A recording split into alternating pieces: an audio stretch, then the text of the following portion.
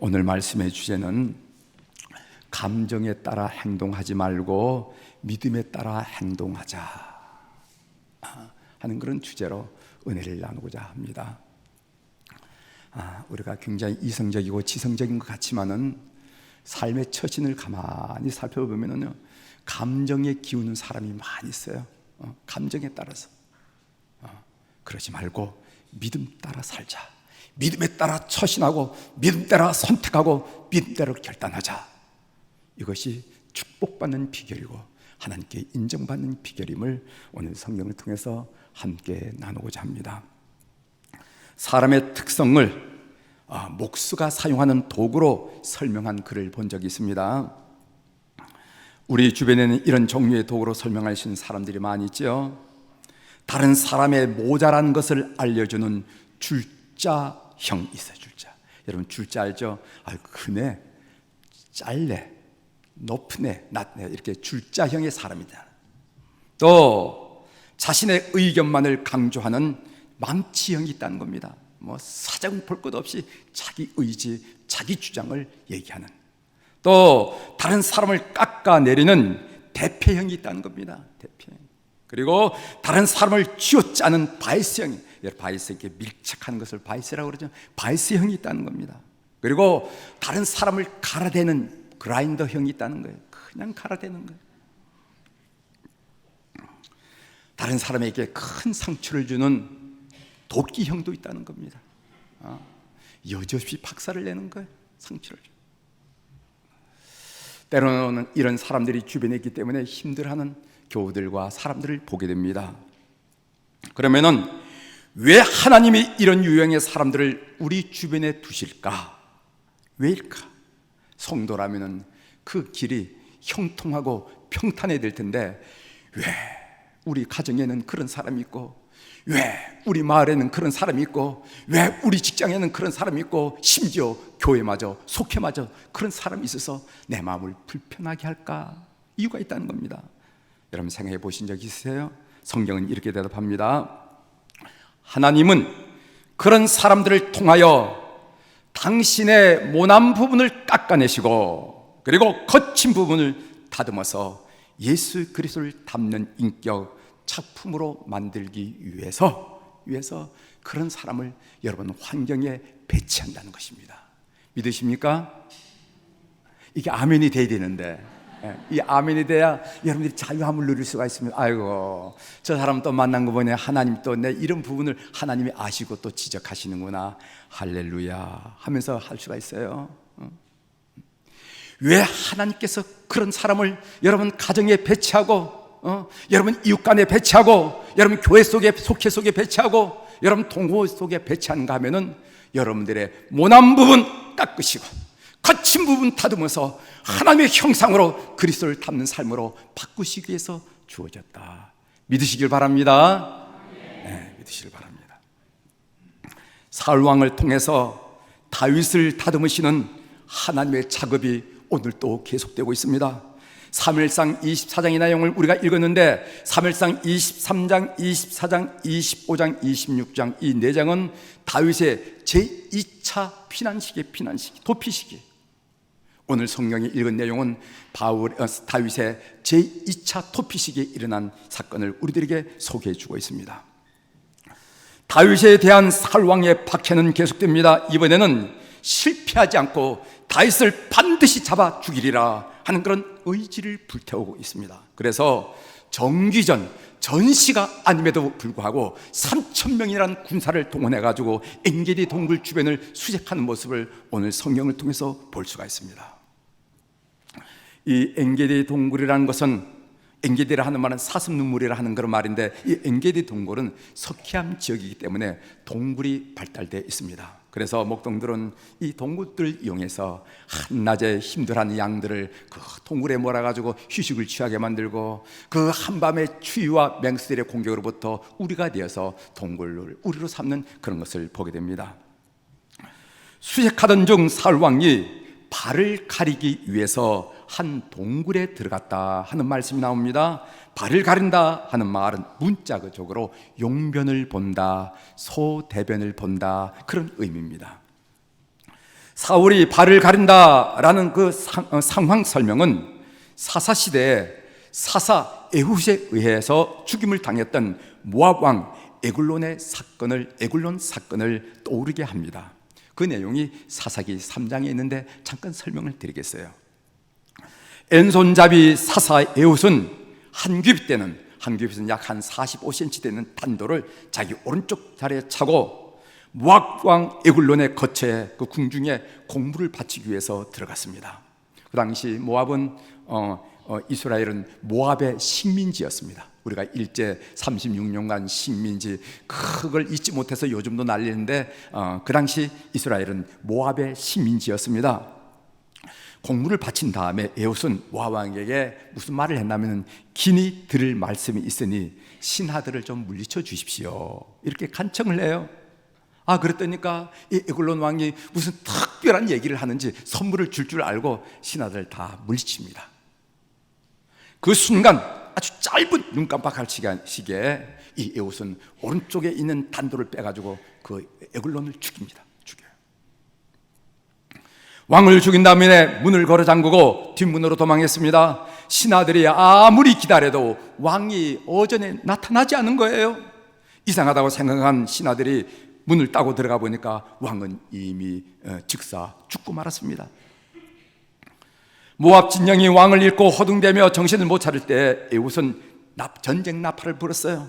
전쟁 나팔을 들은 이스라엘 백성들이 각처에서 분열이 일어나서 도망가는 모압 군사를 죽였는데 그때 죽인 군사가 1만 명 가량이 되었다 이렇게 사사기에 말하고 있습니다. 에훗으로 말미암아 그 땅에 80년 동안 태평 세월이 왔다 한 얘기죠. 근데 그 사건에 보면은요 발을 가린다 하는 그런 표현이 나옵니다. 사사기 3장 24절입니다. 제가 읽어드리겠습니다. 에훗이 나간 후에 왕의 신하들이 들어와서 다락문들이 잠겼음을 보고 이르되 왕이 분명히 서늘한 방에서 그의 발을 가리우신다 하고,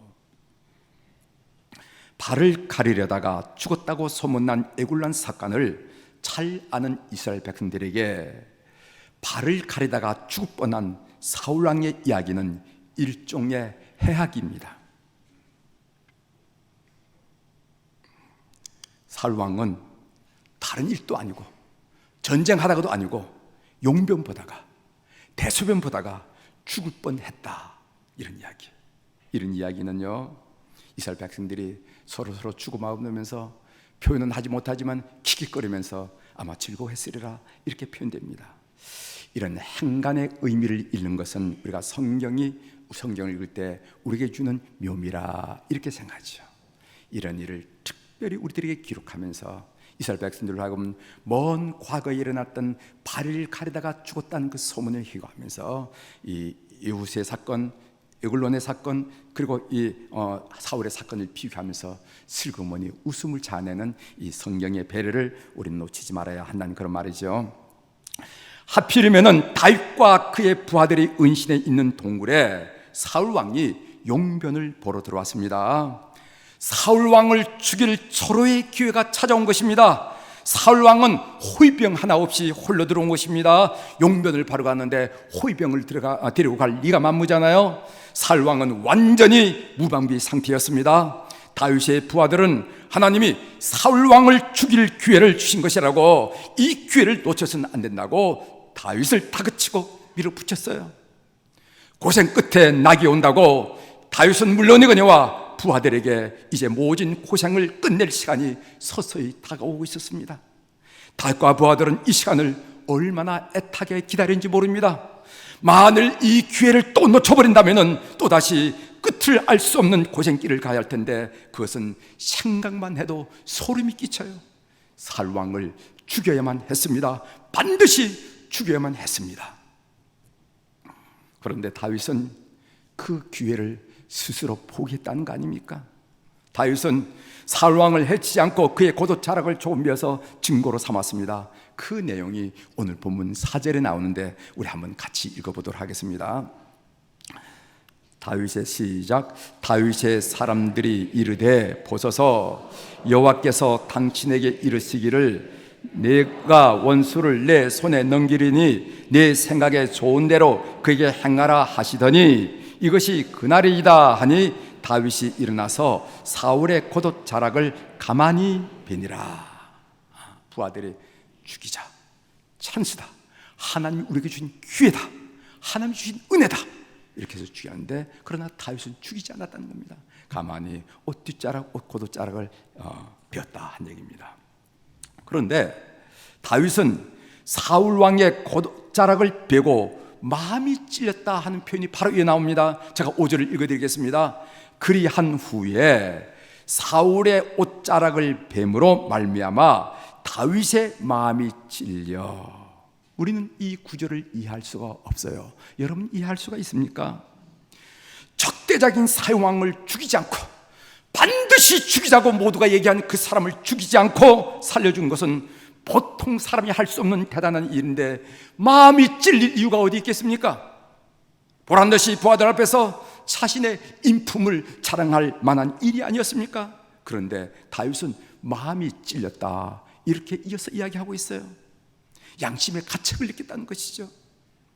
대부분의 학자들은 이 구절을 이렇게 해석합니다. 어떻게 해석하는가 하면은, 그 당시 옷이라는 것은 그 사람의 신분을 나타낸다. 따라서 다윗이 사울 왕의 옷자락을 벤다라는 것은 그 신분에 대한 불충을 의미한다. 불충이 뭔지 아시죠? 불충을 의미한다. 따라서 다윗은 사울 왕의 옷자락을 벤 것조차 죄송스러운 일로 여겼다.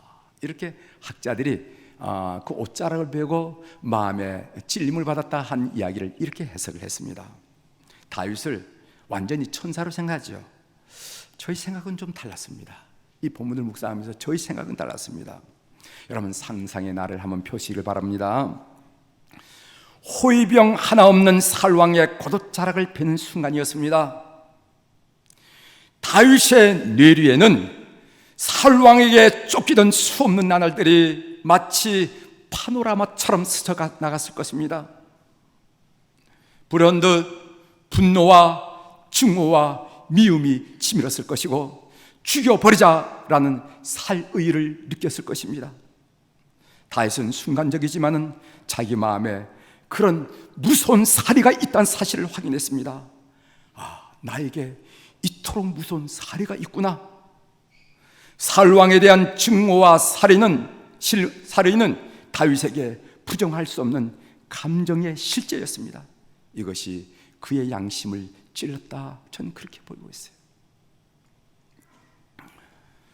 목회자이기 때문에 이 말씀을 그렇게 받은지도 몰라요. 여러분들이 목사를 볼 때 흰 가운을 입고 수트를 메고 이렇게 설교를 하니까 그럴듯해 보이죠? 그럴듯해 보이죠. 그러나 내 내면을 보면은 때로는 분노가 일어나고, 때로는 미움이 일어나고, 때로는 증오가 일어난다 이 말이지. 아니 내가 이럴 수가 있을까? 내가 목사로서 이럴 수가 있을까? 하는 그런 생각을, 그런 느낌을 받을 수가 있어요. 많은 부하, 적어도 400명 이상의 부하들이 다윗만큼은 그렇게 추앙하고 따르고 있는데 다윗이 그 순간 사울 왕을 앞에 놓고 마음에 분노가 일고 미움이 일어나고 증오가 일어나고 살이가 일어난다는 것, 살이가 있다는 것, 부정할 수 없는 감정의 실제였습니다. 15년 동안에 그 쫓기면서 얻었던 그 감정의 실타래들 파노라마처럼 스치는 것을 보면서 이때 죽여버려야지 하는 그런 살을 느낄 수 있었다는 거예요. 겉과 속의 다름, 속과 겉의 다름을 통해서 그는 양심의 가책을 느낄 수 있다, 저는 그렇게 생각이 들더라고요. 그러면 무엇 때문에 다윗은 사울 왕을 살려두었습니까? 다윗이 사울 왕을 사랑했기 때문에 죽이지 않았습니까? 아니면 사울을 존경했기 때문에 죽이지 않았을까요? 성경은 사울 왕이 기름 부음을 받은 자였기 때문이라고 밝혀주고 있습니다. 그래서 본문에 보면요, 기름 부음을 받았다라는 말이 여러 번 반복되는 것을 보게 됩니다. 우리 6절을 한번 같이 읽어보겠습니다. 6절. 자기 사람들에게 이르되, 다윗의 고백이죠. 시작.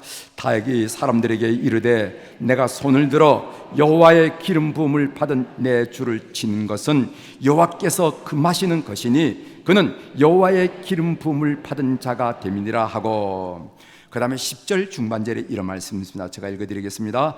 나는 내 손을 들어 내 주를 해하지 아니하리니 그는 여호와의 기름 부음을 받은 이기 때문이라 하였나이다. 여러분, 기름 부음 받은 자라는 것은 하나님이 선택했다는 것입니다. 이스라엘에서 기름 부음 받은 사람은 세 종류밖에 없었는데 왕과 선지자와 제사장뿐이었습니다. 다윗이 사울 왕을 해하지 않는 이유는 그가 참 나쁜 사람임에도 불구하고 하나님이 선택한 사람이었기 때문이 그렇다는 거예요. 결국 다윗이 사울 왕을 해치지 않은 것은 하나님을 향한 믿음 때문이었다고 우리가 여겨집니다. 하나님을 경외했기 때문에, 하나님을 두렵게 여기기 때문에, 그 하나님을 사랑했기 때문에, 하나님을 향한 믿음 때문에 사울 왕의 손을 대는 일을 굳고 피한 것입니다. 하나님이 선택하여 세웠으니까 내가 개입할 일이 아니지. 사랑하는 성도 여러분, 우리는 다윗의 이런 처신과 행동에서 귀한 교훈을 얻습니다. 정리해 말씀드린다면 다윗은 감정에 따라 행동한 사람이 아니라 믿음에 따라 행동한 사람이라는 사실입니다. 다윗은 그 시간 그 자리에서 미움, 증오, 살의를 느꼈지만은 그 감정을 극복하고 그 감정을 다스리고 믿음에 따라 처신했다는 일, 이것이 오늘 본문이 우리에게 주는 귀한 메시지입니다. 여러분, 쉬운 일이 아니죠. 쉬운 일이 아니죠. 말은 잘할지 모르지만 우리가 살아봐서 알죠. 쉬운 일이 아니죠. 여러분, 한번 따라 합시다. 다윗이 축복받은 이유는 그가 감정에 따라 행동하지 않고 믿음에 따라 행동했기 때문입니다. 이런 태도가 신앙생활에 얼마나 중요한지 몰라요. 목회를 하면서 많이 느낍니다. 왜냐하면요, 신앙생활에 실패하는 이유 중에 하나가 무엇이냐면은 사람들이 감정에 매여 있다는 것입니다. 우리 교회는 성숙한 교회이고 여러분은 성숙한 교인들이기 때문에 그런 예가 많지 않으리라 믿습니다. 이런 말 자주 듣잖아요. 기분 나빠 못 나가겠어, 상처받아서 재미없어, 언짢아, 섭섭해, 많이 듣던 얘기죠? 전혀 못 들어봤어요? 저는 못 들어요. 전혀 우리 교회는 이런 일은 없다고 그런 표정이신데, 이것들, 이 언어들은 다 감정과 관계된 말입니다. 감정과. 기분 나빠, 난 안 가. 상처받아서 재미없어, 언짢아, 섭섭해. 사랑하는 교회 여러분, 감정 때문에 금보다 귀한 믿음을 내팽개치지 않기를 바랍니다. 기분 때문에 자기 구원을 포기하지 마십시오. 다윗은 믿음으로 감정을 극복했기 때문에 축복을 받았습니다. 다윗이 이런 처신으로 받은 축복이 무엇인가 제가 두 가지만 소개하고 말씀을 마치겠습니다. 하나는 일시적이지만은 사울 왕의 굴복을 받겠다는 겁니다. 다윗이 사울 왕의 그 자의로 스스로 굴복하는 것을 보게 됐어요. 사울 왕은 다윗에게 이렇게 고백했습니다. 우리 17절 한번 읽어보겠습니다. 17절. 다윗에게 이르되, 사울 왕이 한 얘기죠. 시작. 다윗에게 이르되, 나는 너를 학대하되 너는 나를 선대하니 너는 나보다 의롭도다. 다윗은 가장 멋진 승리를 거둔 것이죠. 손으로 악을 이겼습니다. 이어서 20절을 보십시오. 20절 보면은, 보라, 나는 내가 반드시 왕이 될 것을 알고 이스라엘 나라가 내 손에 견고히 설 것을 아노라. 사울 왕의 얘기입니다. 사울 왕은 지금 죽어도 인정하고 싶지 않았던 사실을 자기 입으로 지금 인정하고 있는 겁니다. 다윗이 이스라엘의 왕이 될 것이라고 자기 입으로 얘기하잖아요. 다윗은 믿음으로 감정을 극복했더니 사울 왕의 굴복을 받게 되었습니다. 여러분도 믿음으로 감정을 극복해서 적대자들로부터 인정받는 신앙생활을 영위하는 교우들이 되기를 주의 이름으로 축원합니다. 또한 다윗은 부하들로부터 똑같은 대우를 받게 되었습니다. 오늘 그 19절에 보면 우리 같이 읽어볼까요? 19절. 사람이, 시작. 사람이 그의 원수를 만나면 그를 평안히 가게 하겠느냐? 내가 오늘 내게 행한 일로 말미암아 여호와께서 내게 손으로 갚으시기를 원하노라. 내가 오늘 내게 행한 일로 말미암아 여호와께서 내게 손으로 갚으시기를 원하노라. 다윗은 하나님의 기름 부음 받은 자에게 대한 서신은요, 주위 사람들에게 큰 도전과 그리고 격려와 교훈을 줬으리라 생각합니다. 기름 부음 받은 자를 함부로 대해서는 안 되는구나. 다윗 봐, 다윗, 저 원수 같은 사울에게 하는 다윗을 봐. 이렇게 했을 겁니다. 그 처신의 결과는 좋은 의미로 부메랑이 되어서 다윗에게 돌아왔습니다. 다윗도 하나님의 기름 부음 받은 자이기 때문에 아무도 그를 함부로 대하지 않았던 것입니다. 여러분 생각해 보시기 바랍니다. 만일 다윗이 그 기회를 놓치지 않고 사울왕을 암살하고 왕위에 올랐다면 향후 어떤 일이 벌어질 가능성이 있었을까요? 상황이야 어찌됐든 백성들은 다윗을 쿠데타로 왕권을 차지하는 왕으로 여길 것입니다. 그렇게 인식된다면 그의 쿠데타가 선례가 되어서 권력의 눈이 어두운 자들의 반역의 꼬투리가 될 수 있는 가능성이 있다는 겁니다. 너도 그랬잖아. 너도 사울왕을 죽였잖아. 우리가 사울왕을 죽였는데 하는 여지를 줄 수 있다는 것입니다. 다윗은 믿음으로 감정을 극복했더니 부하들부터 똑같은 인생의 대우를 받더라 한 얘기입니다.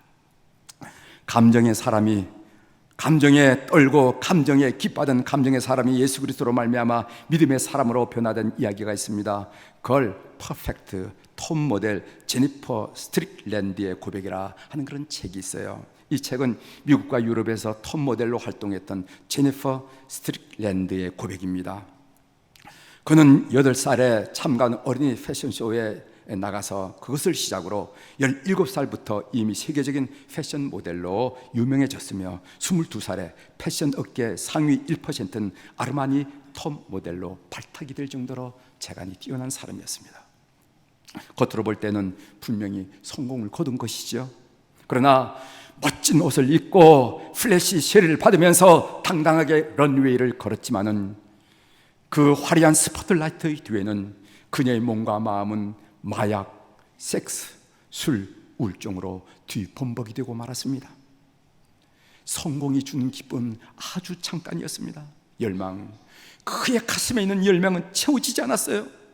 조금만 살이 쪄도 얼굴에 뾰루지 하나만 나도 버릴 수밖에 없는 상품, 그 이상도 그 이하도 아닌 자신을 발견하고 그는 허무감에 사로잡혔습니다. 마침내 그는 자살을 시도하기에 이르렀습니다. 너무 허무하거든. 조금만 살이 쪄도 팽개침을 당할 상품, 그 이상도 아니란 말이지.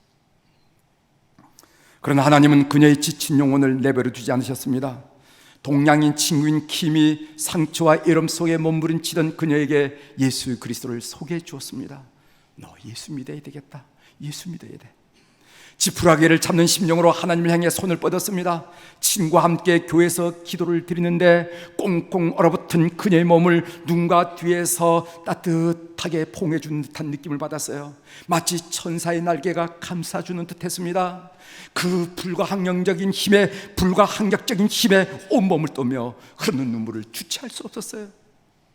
도피처를 찾아 헤매던 그녀가 도피처가 되시는 하나님을 인격적으로 만나는 순간이었습니다. 그녀는 비로소 믿음으로 자신의 인생을 세우기를 시작했어요. 그녀는 이렇게 고백합니다. 나는 애모와 돈, 칭찬을 갈구하며 가면을 쓰고 살았습니다. 그러나 아름답게 꾸민 얼굴과 육체는 감옥의 다름이 아니었습니다. 그 가면이 벗겨져 산산조각이 난 후 비로소 하나님은 나를 아름답게 되돌려 놓으셨습니다. 하나님은 그분이 창조하신 모습 그대로를 사랑하십니다. 인간은 그 진리를 발견할 때 진정한 기쁨과 자유를 누리게 되는 것입니다. 그 책에 있는 고백이에요.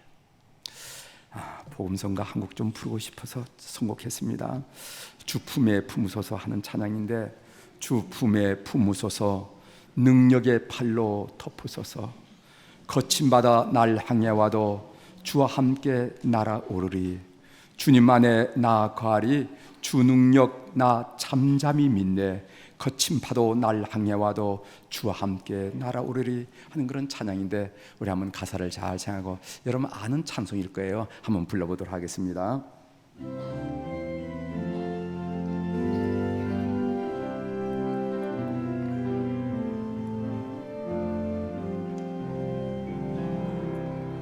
주 품에 품으소서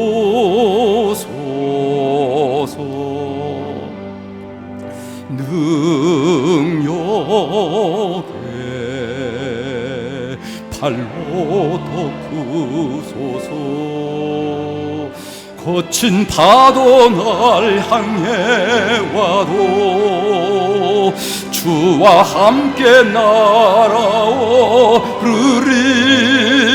폭풍 가운데 나의 영혼 잠잠하게 주를 보리라. 주 안에 주님 안에 나 거하리.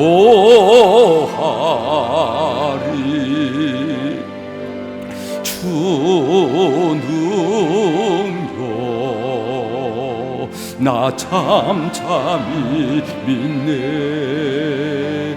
거친 파도 날 향해 와도 주와 함께 날아오르리.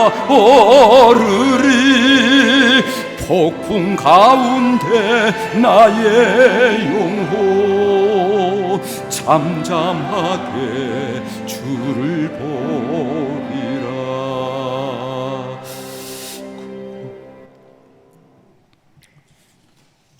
이제 말씀을 마치겠습니다. 다윗은 감정을 넘어서 믿음으로 행동하고 처신했습니다. 그래서 축복을 받았습니다. 이것이 3일상 24장이 우리에게 주는 메시지고 교훈입니다. 여러분들도 섭섭함, 원망, 미움 등 감정을 넘어서 믿음으로 처신하고 행동하는 성도들이 되기를 주의 이름으로 고민합니다. 그래서 다윗에게 주신 축복을 맛보면서 신앙생활하는 우리 교우들이 다 되기를 예수 그리스도의 이름으로 축복합니다. 기도하시겠습니다.